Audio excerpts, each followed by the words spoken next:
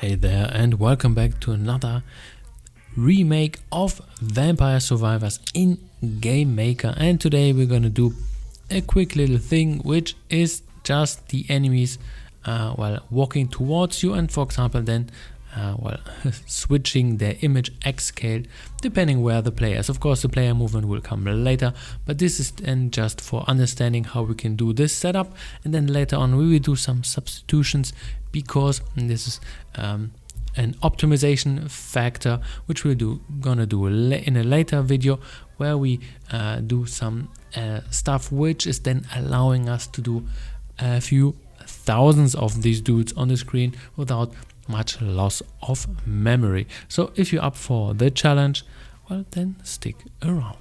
This is One Up Indie.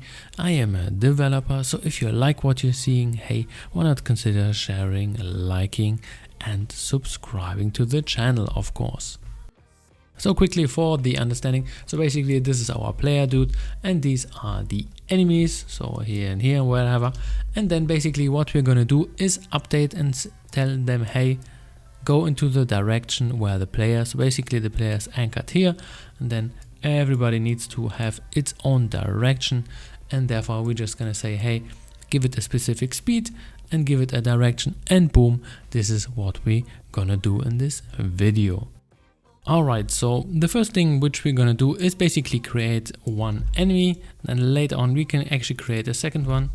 Should we create a second one? Yeah, let's do a second one and basically give these dudes A and B some sprites. So basically we get our enemies, enemy A and enemy B, and then basically we just can actually put them on the screen, and then here and here and here, it doesn't really matter. And then what we could do is give them a step event. This is of course the bad way, and just say like, hey, point direction from ourselves. So basically here we want to point to a specific direction, and then of course to where our player is. So basically our player X, our player Y. Why is this a terrible idea? Because if we have a few thousand instances and they are checking every step, just imagine how much actual power you need concerning of computational power to do that for all of them. And then, for example, everybody has that, terrible idea. So what we're gonna do is kick this out. Yes, kick it out, and then basically make those dudes empty. This is how the trick will work, because this is a substitution system. And then we're gonna create an object. Create an object, call it object enemy parent. Here we go. So basically we are grouping and clumping them all together, and then of course this dude is now empty, so this is then inheritance, and then we just say like, hey, give it some children. So basically we're just adding those two enemies to one, and then we can clump them together. So this is the first part. Then what we could do is have a step event here. Once again, not the best idea, not too performant if we have a few thousand of things. Therefore we're gonna do that in an alarm. So alarm here, and then we have the same function, which is just saying point direction, but now we are in our controller. So how do we control all these instances?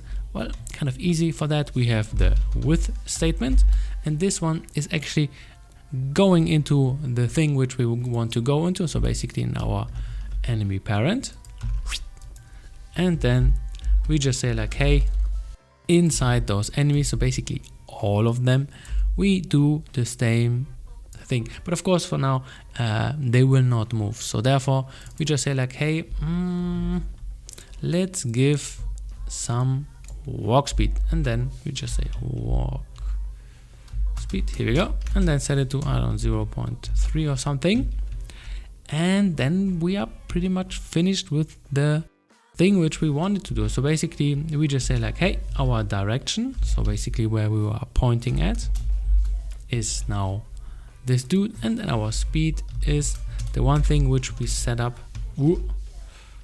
Walk speed, here we go, and then basically we got our movement system ready to go, because this is an alarm event, therefore we need to start it once. So we just say alarm 0, and then I don't know, repeat that, let's say every to save on resources. And once again, this is already optimization from my side. Of course, here alarm, I don't know, time, and give it 20. No, I said 20. And then have this little variable which is getting looped all the time in the alarm. So for now, this won't be happening, and now we are loop.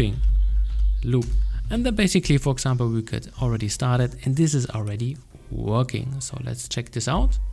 And boom, as you can see, all of these dudes are clumping towards the player, which is good. So basically they are pretty much following it.